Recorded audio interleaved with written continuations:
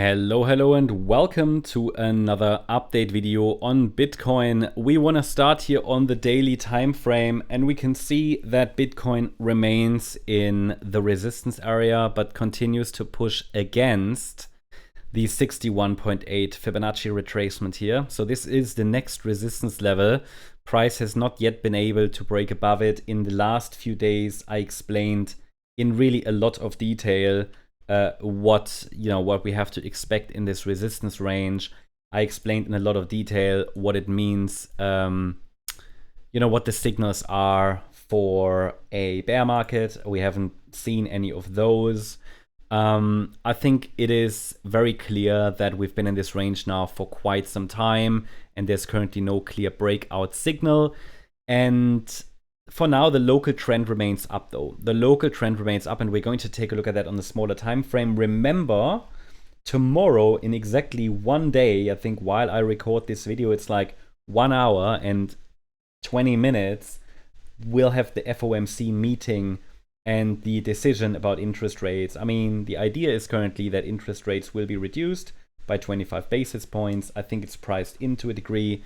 If there are surprises, it could lead to additional volatility. I would just say prepare for volatility.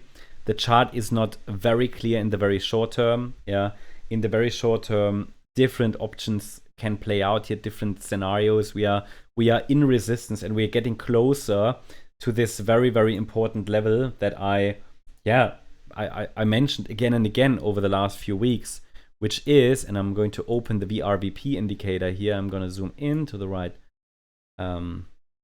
visual range. It's basically this area here.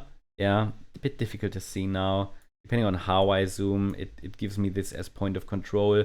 But it's the area around 117,600. This is the next larger spike on the VRVP indicator. Depending on how I zoom, sometimes it gives me this as point of control. But this is dynamic because it's just the visible range. But either way, there is a spike there of historical volume that's 117,600.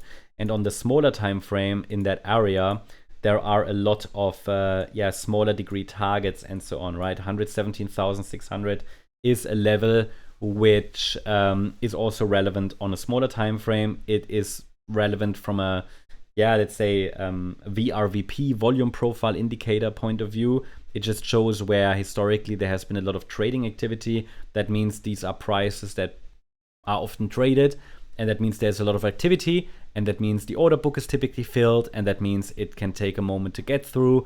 In other words, there's a lot of resistance, okay? So in addition to that, we have some structural resistance as well, exactly at that level here. This is the swing high from the 18th of September. So we're just moving again towards that area. We could possibly push a little higher. And I don't think it's coincidence that we are approaching this key level and that we've been moving slowly towards this level before the Fed interest rate decision. So maybe, maybe there's a climax, big decision moment tomorrow.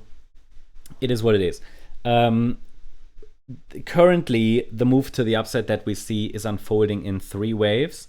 So from an Elliott Wave point of view, the risk is high that this is just some kind of a B wave. Now, please remember, B waves can overshoot. So it could be A wave down, bottomed here around the 17th of October. We get a B wave bounce, and B waves can even overshoot before then the C wave down happens. That risk exists, The B wave can also turn into something more complex, like an A, B, C structure. But for this pullback, I even have a support area that I am tracking on the smaller time frame. So I think this range can remain quite sticky. Just that's what I want to say. Don't put too much emphasis on the smallest movements. I mean, we are in a B wave potentially. That is the most difficult wave structure to predict and to track. It still works quite well, but we can identify some structures on the smaller time frames because some of that move might even be impulsive, so the structures are a bit clearer. But please be aware the structure and the range could be quite sticky. So next resistance I mentioned already, around 117,600. If we see much further upside, then 119,530 and the area around 122k will be important, because this is 121,750 is the 88.7 retracement. it's also where we have the all-time high. Not exactly there, but it's this area, yeah. And then we have the previous swing high here, 13th of August in that area, and also here from July. These were all previous all-time highs. So you can always get one more and then again come down again. So this range can stay sticky. The bottom line is, and I think that is what really is important for most people at the moment, while I cannot promise you that we are still in a bull market, I can tell you that based on the model we're using and we're building actually together on this channel, I have no evidence that a meaningful top is formed. There is absolutely no evidence that the bull market has topped. I've marked it with a question mark on this chart because of the extent of the rally that we have seen. Yeah, we have seen, obviously, over the last couple of years, a 5-wave sequence to the upside. Bitcoin has followed bull market projections pretty much perfectly. We have a 1, 2, 3, 4, 5 waves. And in the 5th wave, we also have, as you can see, 5 waves. And then in the 5th wave of the 5th wave, we have 5 waves. So this is, in other words, we have fulfilled all the requirements, yeah, and it's also an ideal structure to the upside, but without a break below support or a convincing reversal pattern to the downside, movements to the upside can extend. I mean, if you follow the S&P 500 or the NASDAQ chart, then you know that this, I mean, the rally, especially from the April low, is insane. It's insane. So it doesn't make sense to be bearish. It does make sense to be cautious, I think, yeah. I would also not try to be naively bullish, yeah, because you get people out there who say this. Yesterday I read a post. Someone said this cycle will extend until Bitcoin has reached 1 million. You know, it's just insane. A lot of that is just clickbait. But please be aware, we have not topped yet, so the upside extensions are still favored.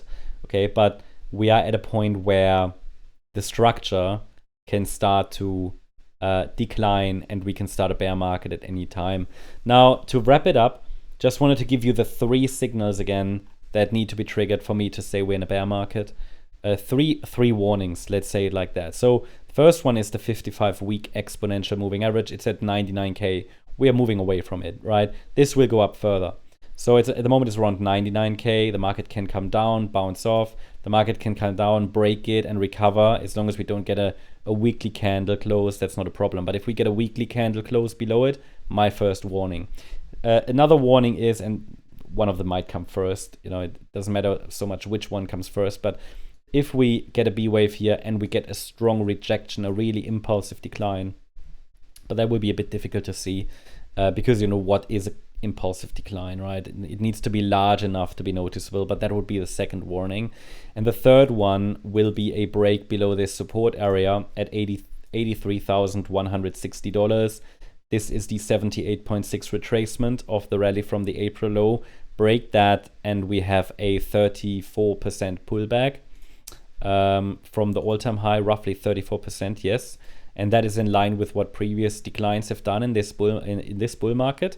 So it would be deeper than what's normal, and that would be my third warning. Now, if you want to wait for all 3 warnings, that's up to you, right? Only your risk management and everything needs to tell you that, your psychology and everything. But obviously, when we have all the confirmations, everybody knows, right?